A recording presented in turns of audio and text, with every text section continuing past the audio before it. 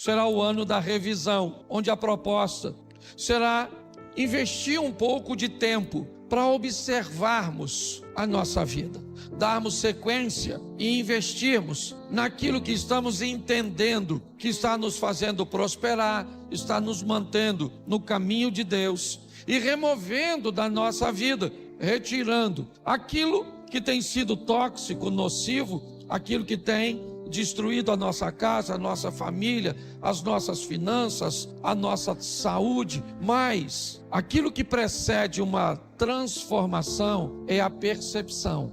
Dificilmente alguém vai mudar se essa pessoa não for capaz de investir um pouco de tempo para entender o que está acontecendo. Eu quero conversar com vocês hoje e o tema da minha mensagem é: quando rever é a única opção. Chega um momento da sua vida que você não tem outro. As coisas se afunilam de uma tal forma que você, queira ou não queira, você vai precisar rever. Você vai precisar rever seu modelo de casamento. Você vai precisar rever seu modelo de administração financeira familiar. Você vai ter que rever sua postura e posicionamento profissional. Você às vezes vai ter que rever o ambiente religioso cujo qual você está inserido.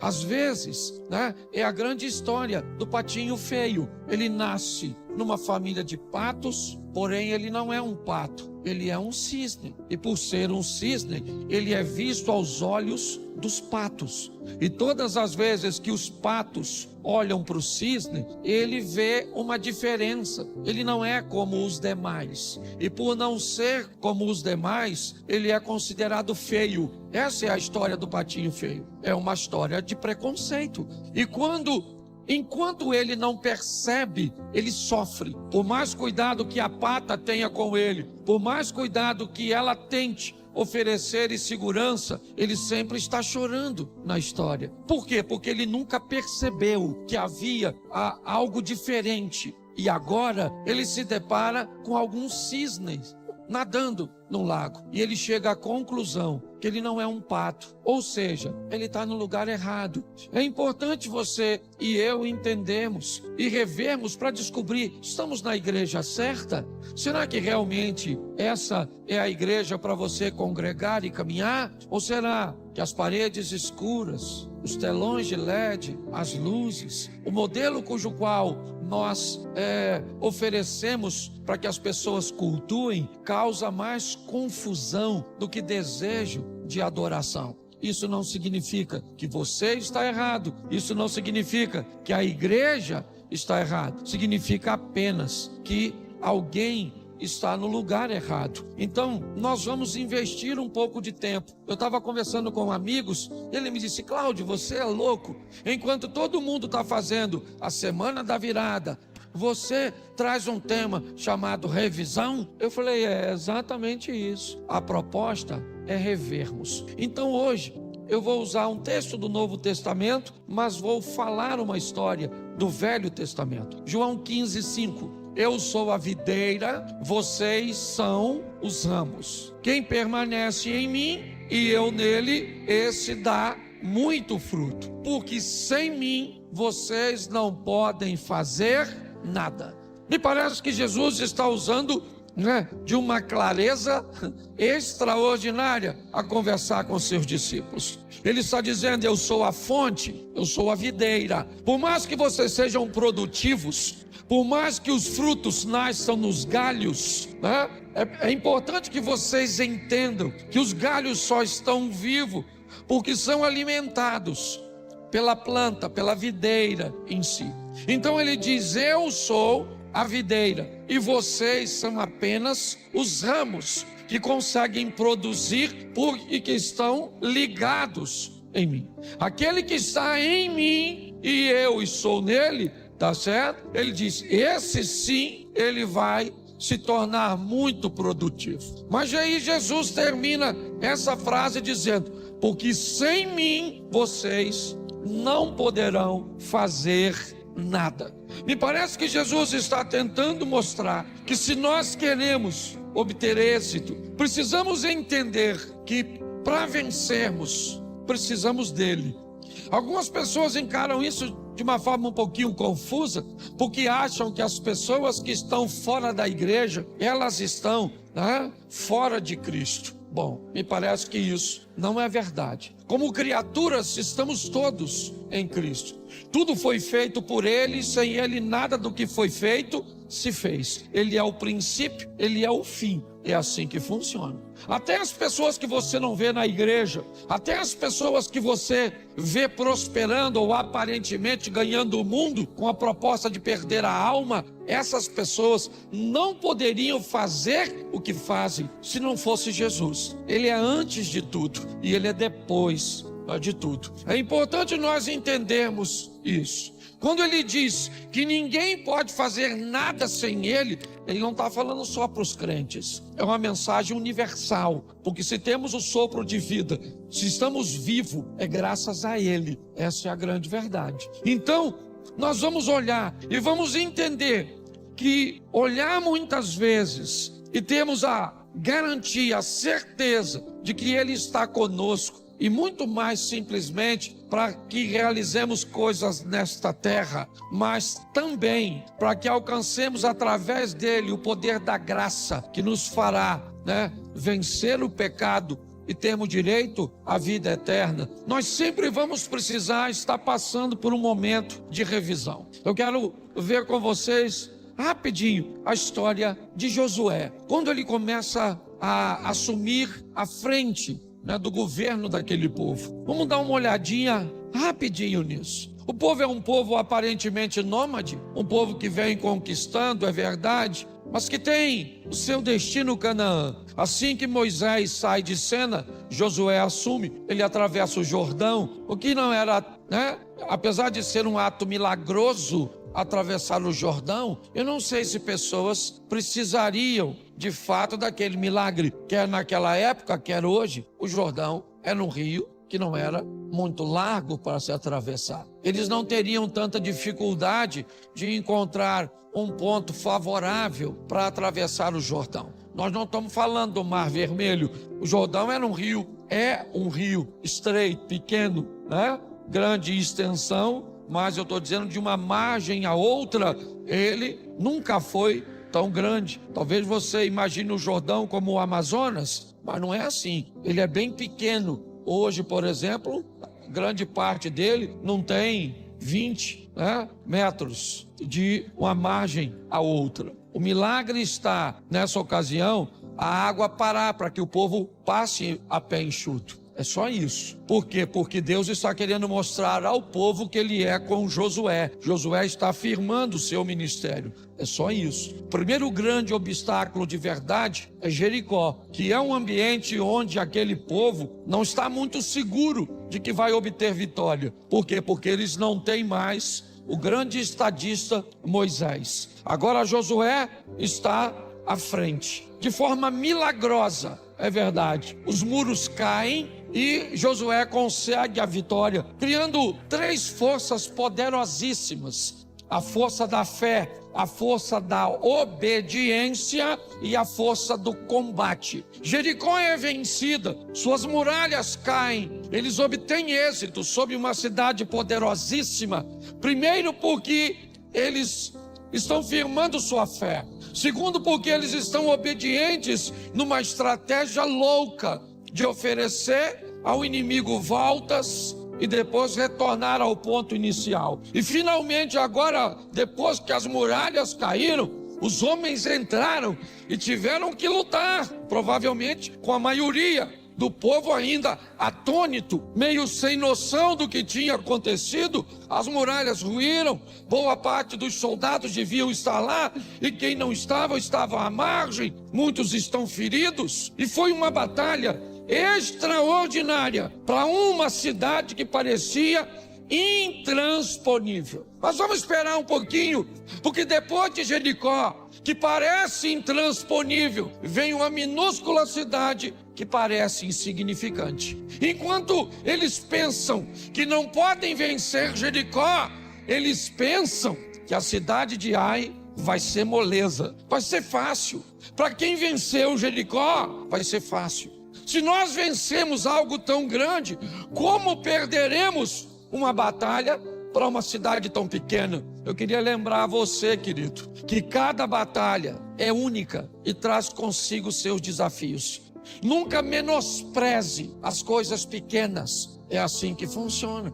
Desprezar coisas aparentemente insignificantes pode ser rejeitar poderes extraordinários. Nós vemos isso na casa do poderoso comandante do exército da Síria, Naamã, uma insignificante garotinha, uma mera escrava.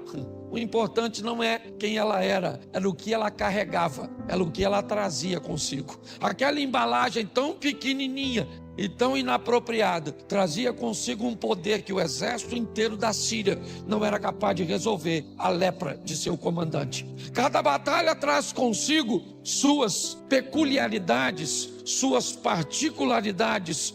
E é isso.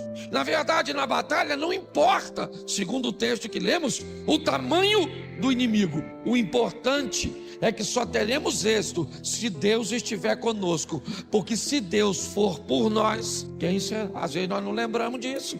Em todas as batalhas que enfrentarmos, quer contra um câncer, quer contra uma gripe, se Deus não estiver contigo, a gripe pode se tornar uma pneumonia, a pneumonia pode se tornar uma tuberculose e você pode morrer por algo que começou de forma muito insignificante, mas você pode ter câncer. Se você lutar com Deus, o Deus que você serve e que servimos pode curar o câncer. Então não é o tamanho do inimigo, é a presença do aliado, é isso. Josué não sabe disso, ele está à frente, é só o início da caminhada. Ele é um herói, vencer uma batalha importantíssima, certo? Jericó era considerada uma cidade intransponível, com suas muralhas. Para o material bélico da época, não tinha nada que poderia derrubá-la, nada. Olha só, agora eles vão lutar contra Ai. E o capítulo 7 de Josué, verso 3, coloca aí, por favor. Josué 7:3. Josué capítulo 7, verso 3. E voltaram a Josué e lhe disseram: não é necessário que vá todo o povo, basta uns 2 ou 3 mil homens para atacar a cidade de Ai. Não fadigue ali todo o povo, porque são poucos os inimigos. Olhe bem, eles estão olhando. Josué manda observar a cidade. Seus batedores, seus espias voltam e diz: é uma cidade pequena, pouca resistência, poucos homens de guerra. Não envie para lá todas as tropas. Para quem venceu Jericó, aí é fichinha. Só 2 ou 3 mil homens são suficientes. Eles não sabem uma coisa. Eles não sabem o que Sansão também não sabia. Eles não sabem. Eles não sabem que Deus não está mais com eles. Eles continuam crentes do mesmo jeito, gente. Ninguém desviou, não. Está todo mundo aqui. É o mesmo povo que venceu Jericó. Eles estão acampadinhos, direitinho. Aparentemente está tudo certo. Só tem uma diferença que ainda não foi notada. Quando eles entraram em Jericó, Deus era com ele. Quando eles saíram de Jericó, Deus não era mais com ele. Mas pastor, eles não continuavam com fé? Claro que continuavam. Eles não tinham vontade de combater? Não eram soldados os mesmos que mataram os homens de Jericó? Sim, eles tinham fé e eles tinham poder de combate. Eles só não tinham mais a obediência. A obediência havia sido burlada. Eu não sei a que nível nós podemos colocar isso no Novo Testamento. Eu acho que precisamos rever isso para 2024. Até que ponto o pecado de uma pessoa pode comprometer todo o coletivo? Até que ponto um pastor sem vergonha, promíscuo, adúltero, pode comprometer toda a direção de um rebanho? Até onde um ministro de louvor, um líder, alguém de relevância pode comprometer a estrutura? Acho que vale para nós pensarmos e orarmos por isso. Porque nessa história, o texto em que lemos agora aqui, ele diz que Ai, em relação a Jericó, não é nada, não tem como não vencer.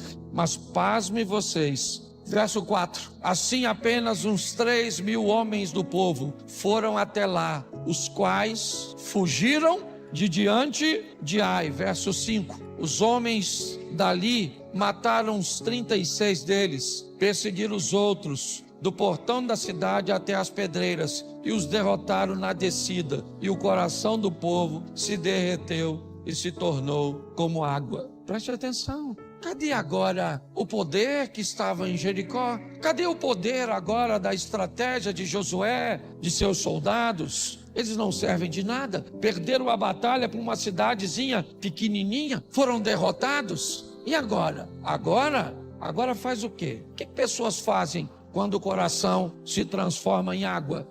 O que é água? Água é aquilo que não tem sabor, não tem cor, não tem cheiro. O que acontece quando a derrota bate à sua porta? Quando a humilhação? O que acontece quando a vergonha? Você já parou para pensar nisso? Josué agora está nessa situação. Acaba de vencer uma cidade grande e perde uma batalha pequena. O coração do povo, porque é o povo. E o povo de lá não é o povo daqui, não. O povo daqui tolera tudo. O povo daqui engole tudo. O povo daqui aceita tudo. Aqui colocam quem quer, do jeito que quer, na hora que quer, faz o que quer e acabou. Esse povo não. Se Josué perde mais uma batalha, quando ele assume o governo, sabe o que dizem a ele? Nós vamos ficar de olho em você, porque se nós olharmos para você e descobrimos que Deus é com você, como foi com Moisés, nós vamos te seguir e matamos quem não te seguir. Agora ele também sabia que se ele tentasse governar o povo, quem morria era ele, porque aquele povo não engole o que nós engolimos. Esse povo não é brincadeira, é o povo de Deus. Não sei se nós somos ou não, vale uma revisão. Pare e pense. Só que quem está à frente é Josué. O que está em jogo é a vida dele. Então ele só tem uma opção: rever. Está na hora de Josué parar e fazer uma revisão. Ele precisa dar uma paradinha e olhar e disse: o Jordão foi legal, Jericó também foi legal, mas eu tenho um problema com Ai. E por quê? Deus não é homem para que minta, nem filho do homem para que se arrependa. O problema não está em Deus, você pode ter certeza. Então chegou a hora desse camarada dar uma olhadinha e fazer uma revisão. Verso 6. Depois você lê em casa que é legal. Então Josué rasgou a sua roupa, se prostrou com o rosto em terra diante da arca do Senhor até a tarde, ele e os anciãos, de Israel, e puseram pó sobre a cabeça. Vamos lá. E Josué disse: Senhor Deus, por que fizeste este povo passar o Jordão para nos entregar na mão dos amorreus para sermos destruídos? Antes tivéssemos nos contentado em ficar do outro lado do Jordão. Senhor, que direi? Pois Israel virou as costas diante dos seus inimigos. Põe o 9. Quando os cananeus e todos os moradores da terra ouvirem isso, nos cercarão e apagarão o nosso nome da face da terra. E então, o que farás ao teu grande nome? Preste atenção. Sabe o que esse cara fez? Ele parou. Parou. Chega, parou. O que nós vamos fazer? Nós vamos rever. Vamos rever porque que eu tirei essa nota. Vamos rever por que é que a minha situação financeira está desse jeito. Vamos ver por que a minha intimidade com Deus não é mais a mesma. Vamos ver porque que eu estou endividado. Vamos ver porque eu não tenho mais intimidade sexual com meu cônjuge. Vamos rever por que o nosso filho está se comportando desse jeito. Vamos rever por que é que as pessoas estão abusando nos tratos para comigo. Vamos rever, vamos dar uma paradinha. É isso que ele está dizendo. Vamos, os anciãos, vamos aqui, vamos para a arca, porque era a presença de Deus, estava lá. Vamos para diante da arca e vamos para lá e vamos conversar com Deus. E vamos falar com Deus: olha, Senhor, não dá. Nós atravessamos de lá para cá, terra de cananeus, e agora a gente perde uma batalha para uma cidade pequena. Sabe o que vai acontecer? Uma coalizão entre os nossos inimigos. Eles vão vir aqui para nos derrotar. Ninguém tem coragem de nos enfrentar, porque nós estamos aí vencendo todo mundo, e ninguém quer lutar com vencedor. Então é isso que ele está fazendo. E quando ele faz isso, aí então o verso 12 Põe o 12 para adiantar. Agora é Deus falando com Josué depois que ele criou um ambiente de revisão. Ele diz: pelo que os filhos de Israel não puderam resistir os seus inimigos, viraram as costas diante deles, porquanto Israel se fizera condenado. Já não serei convosco, se não eliminardes do vosso meio a coisa roubada. Pode continuar, por favor. Levantem-se, santifique o povo e diga: santifique-se para amanhã, porque assim diz o Senhor Deus de Israel: há coisas condenadas no meio de vocês, ó Israel.